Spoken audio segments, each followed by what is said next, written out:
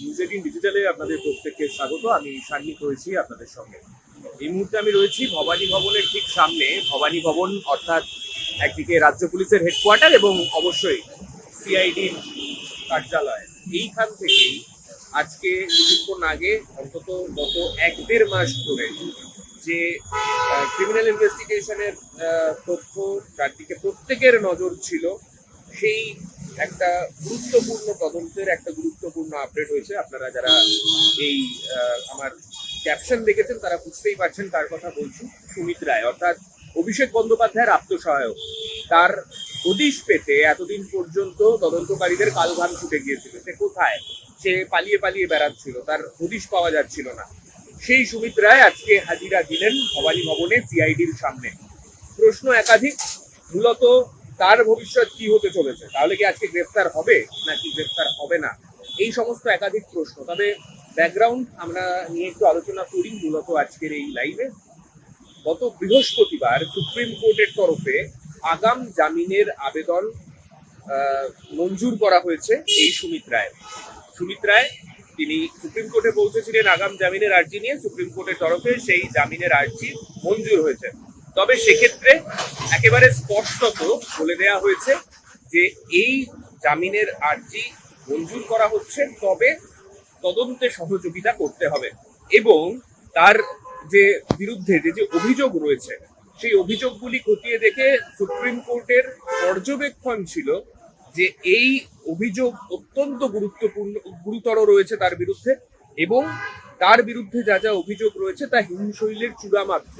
তাই এর বিস্তারিত তদন্ত কি হচ্ছে সেই দিকে আদালত যে নজর রাখবে তার ইঙ্গিত কিন্তু সেদিন শীর্ষ আদালত দিয়েছিল। এবং এই গোটা বিষয় যখন তদন্ত প্রক্রিয়া এগিয়েছে, আমরা যে ছবি দেখেছি বারবার, কখনো অভিষেক বন্দ্যোপাধ্যায়ের বাড়িতে সেখানে তালা ভেঙে শালবনী থানার পুলিশকে আমরা ঢুকতে দেখেছি এই সুমিত রায়ের হদিশ পেতে।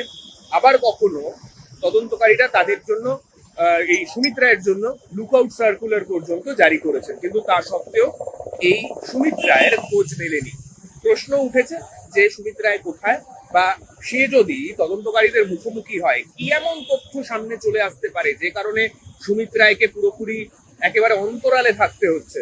গতকাল আমরা দেখেছি রাজ্যের বিরোধী দলনেতা ঋতব্রত বন্দ্যোপাধ্যায় তিনি একটি মন্তব্য করেছেন যে সুমিত রায়, আমার আশঙ্কা তিনি বেঁচে আছেন কিনা সন্দেহ। তাই সমস্ত আশঙ্কা, সমস্ত উৎকণ্ঠা এগুলো তো ছিল, তদন্ত প্রক্রিয়া কোন দিকে এগোয় সেই দিকে প্রত্যেকের নজর ছিল। তারই মধ্যে গুরুত্বপূর্ণ আপডেট আজকে, অন্তত এই মুহূর্তে, সেই সুমিত রায় আজকে সকাল 10টায় তার সিআইডি হাজিরার সময় ছিল। গতকাল রাতের বেলা আমরা দেখেছি সিআইডি আধিকারিকরা তার বাড়িতে পৌঁছে গিয়েছিলেন। সেখানে গিয়ে আজকে হাজিরা দেওয়ার জন্য নোটিশ সার্ভ করে এসেছিলেন সিআইডি আধিকারিকরা। সিআইডি এই তদন্তভার গ্রহণ করেছে। মূলত মামলাটা কি এবার একটু বলে নি।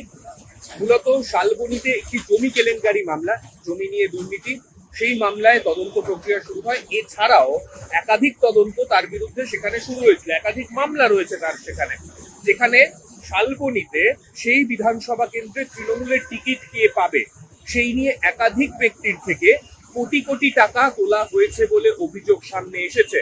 এবং এই অভিযোগের ক্ষেত্রে আরো একজনের নাম জড়িয়েছিল, যিনি মেদিনীপুরের প্রাক্তন বিধায়ক, তৃণমূল বিধায়ক সুজয় হাজরা। সুজয় হাজরার গ্রেফতারির পরই তাকে জিজ্ঞাসাবাদ করে এই সুমিত রায়ের লিঙ্ক পুলিশ সেই সময় পেয়েছিল, এবং সেই সুমিত রায় তাকে গ্রেফতারির জন্য একাধিকবার তার খোঁজ চলে, পুলিশের তরফে তাকে খোঁজা হয়, বিভিন্ন জায়গায় তার তল্লাশি চলে।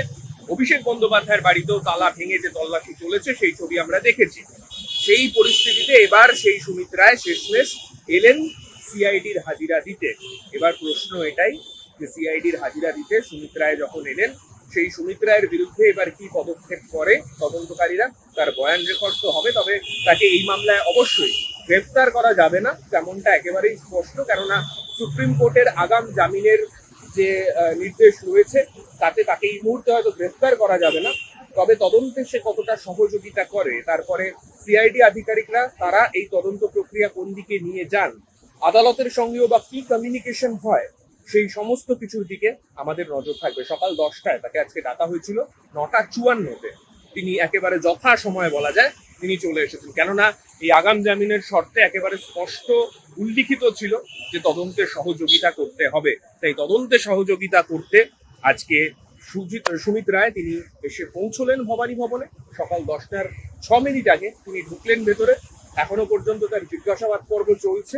এখন এটাই দেখার কতক্ষণ তাকে জিজ্ঞাসাবাদ চলে বা পরবর্তীতে তদন্তকারীদের কি পদক্ষেপ করা হয় এক্ষেত্রে। আপাতত সবাইকে ধন্যবাদ। অন্যান্য ছোট ছোট আপডেটের জন্য প্রত্যেকের নজর থাকুক নিউজ 18 বাংলার পর্দায় এবং নিউজ 18 বাংলা ডিজিটালে।